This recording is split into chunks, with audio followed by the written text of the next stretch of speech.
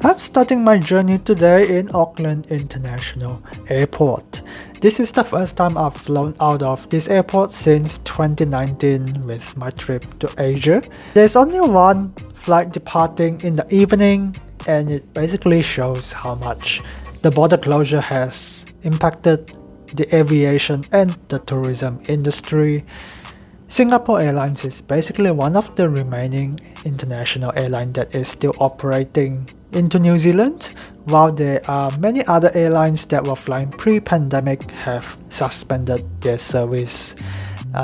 Even to this point, check-in has taken roughly more than an hour as there were quite stringent documentation checks, and many other passengers were caught out because they were not prepared.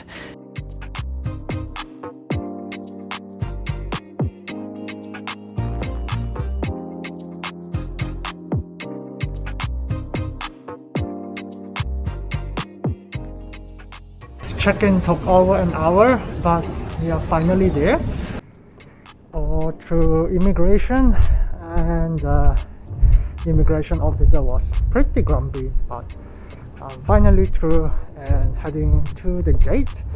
Going to be boarding in about half an hour, so I'll just take my time and walk there. So I'm flying Singapore Airlines from Auckland to Kuala Lumpur, and we are doing a transit in Singapore. So I'll be flying on the A350-900 from Auckland to Singapore, and then the 737 Max from Singapore to Kuala Lumpur. I am not that keen to fly on the 737 Max, but I mean, it should be pretty safe.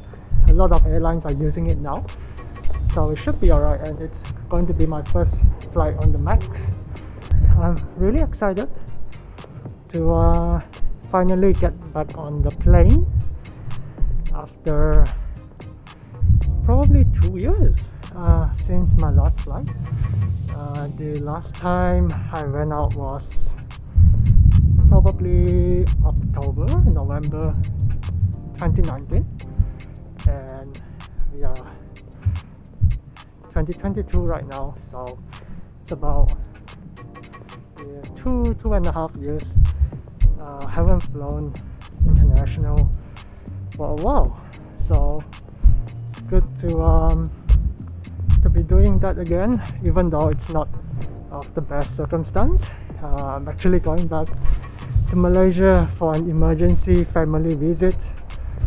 I was actually planning to do it in May, but yeah, circumstance changed and I need to do it right now.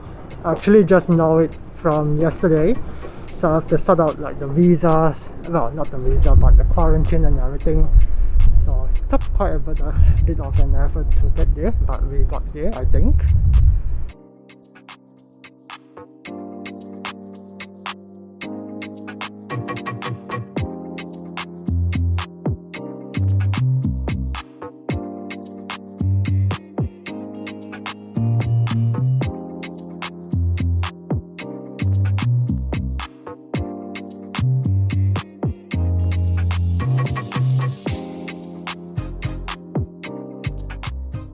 Our flight was scheduled to depart at 1:45 AM, but we got delayed 20 minutes due to the late arrival of the inbound flight. We took off after 2 AM into the night sky, northwestbound, with a flight time of 10.5 hours, tracking to Singapore. And after departure, we got a late night or an early morning, depending how you look at it, meal, and luckily I got served first, as I have ordered a vegetarian meal, which is a special order meal. I was really tired since I got up at maybe 6 AM, and I was really tired and hungry at that point, so I was pretty glad that I could just quickly finish up the meal and head off to sleep.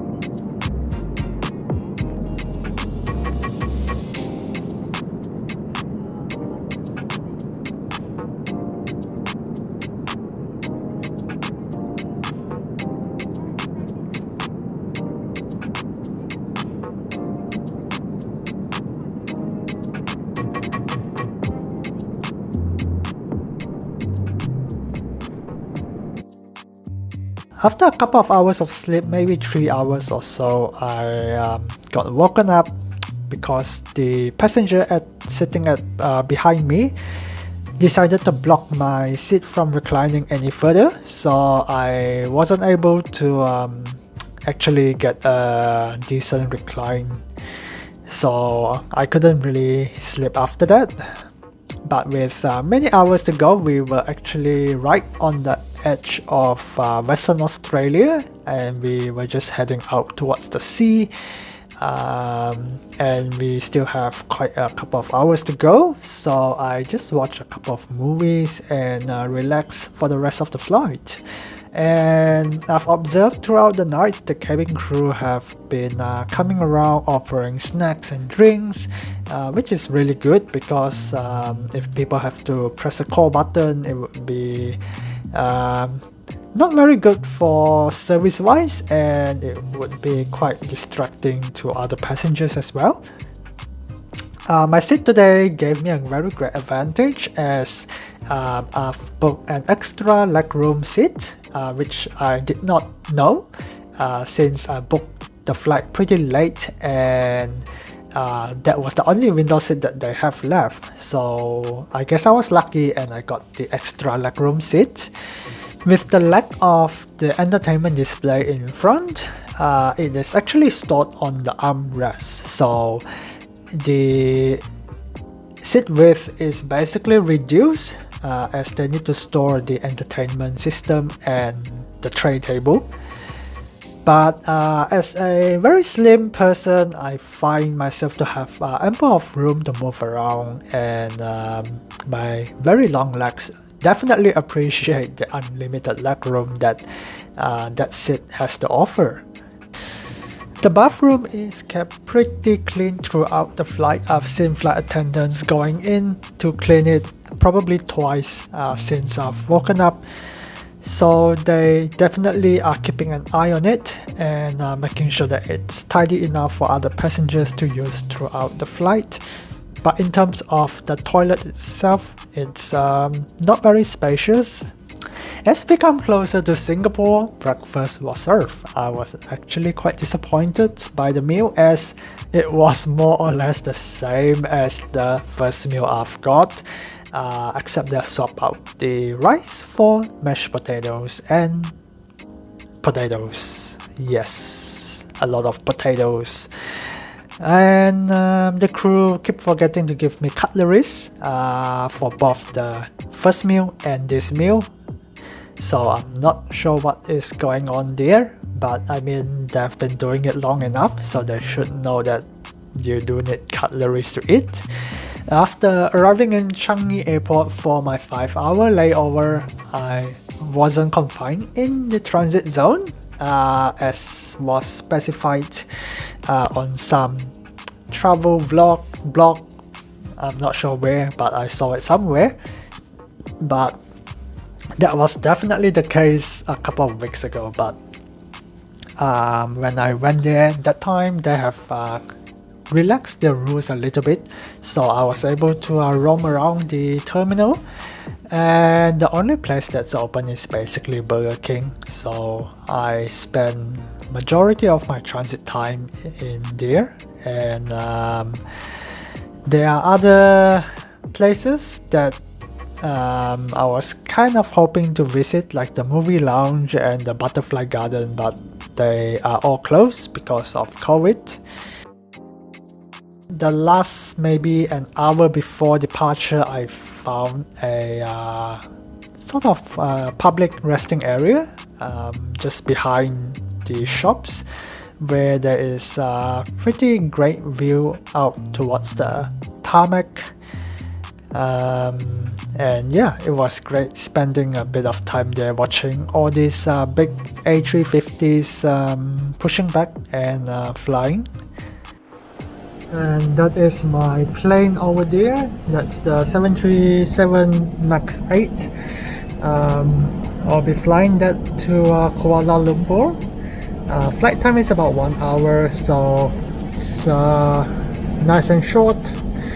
And yeah, it's a pretty empty flight, so I should have the whole row to myself. Boarding is probably going to start in about 10-15 minutes or so. So I'll be heading over to the gate now. And yeah, let's check out what the 737 Max is like.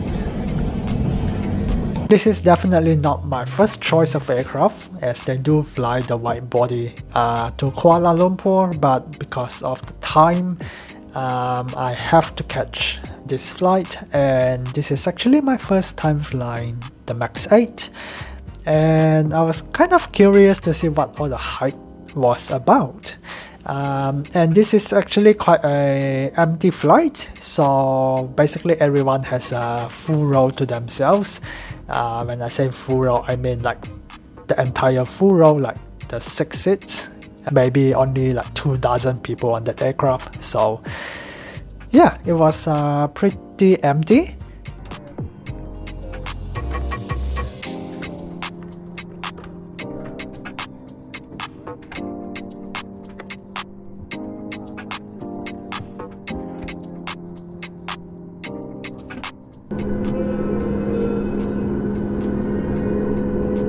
Welcome aboard Singapore Airlines. As the safety equipment on this aircraft may differ from that on other aircraft, please give us your attention as we bring you through this important safety briefing and on a journey through Singapore.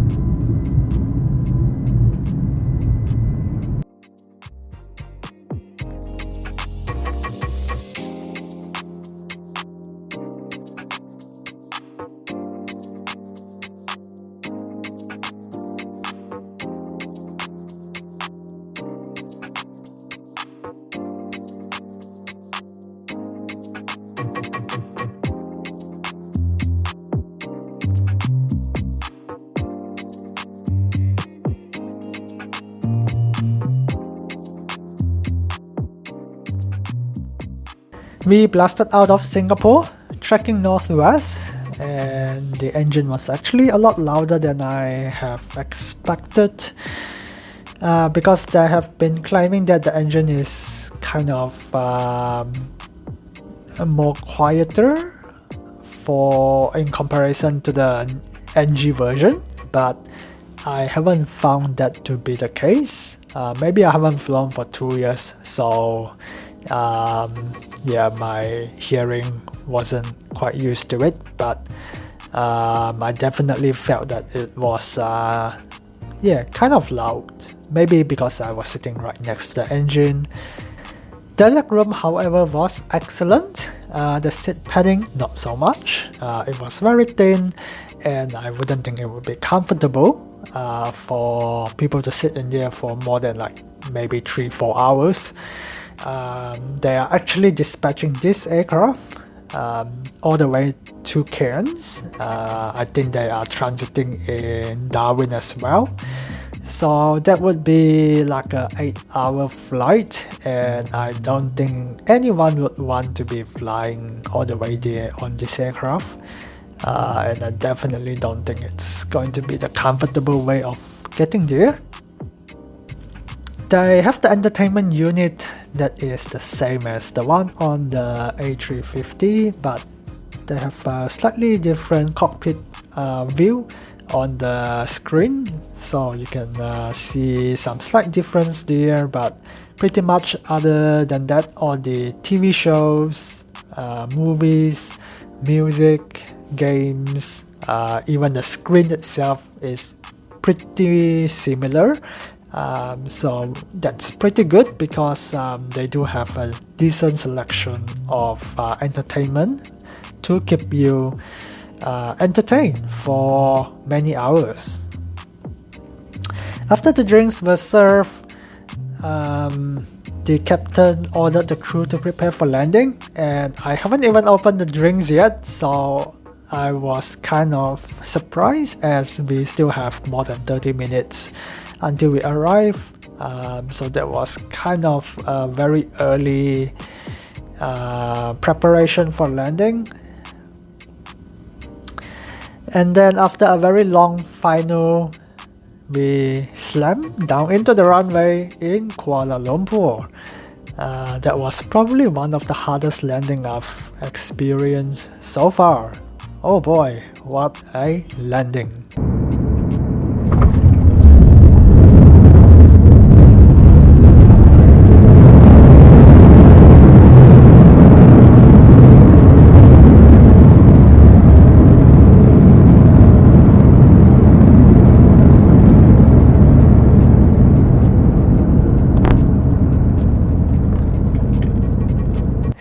We then taxied to the gate, which concluded my second out of 3 legs for the day.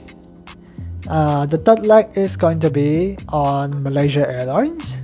I am not going to be reviewing that on my channel, but if you are interested, and you probably should read it, go to my website notatravel.com. I'll put the link in the description and have a lot more details in there, including this Singapore Airlines flight as well. Yeah, other than that, thank you so much for watching again. I hope to see you in the next video. Until then, I'll see you soon.